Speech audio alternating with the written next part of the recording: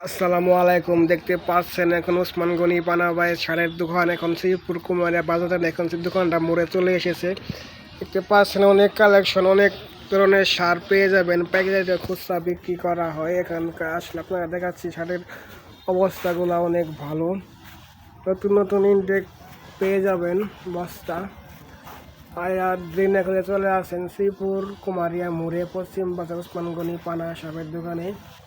দেখতে পাচ্ছেন অনেক কালেকশন, অনেক সারে গুঁড়া, অনেক ভর্তি সার আছে, কোনো শর্ট নেই। আপনারা সব ধরনের সার পেয়ে যাবেন।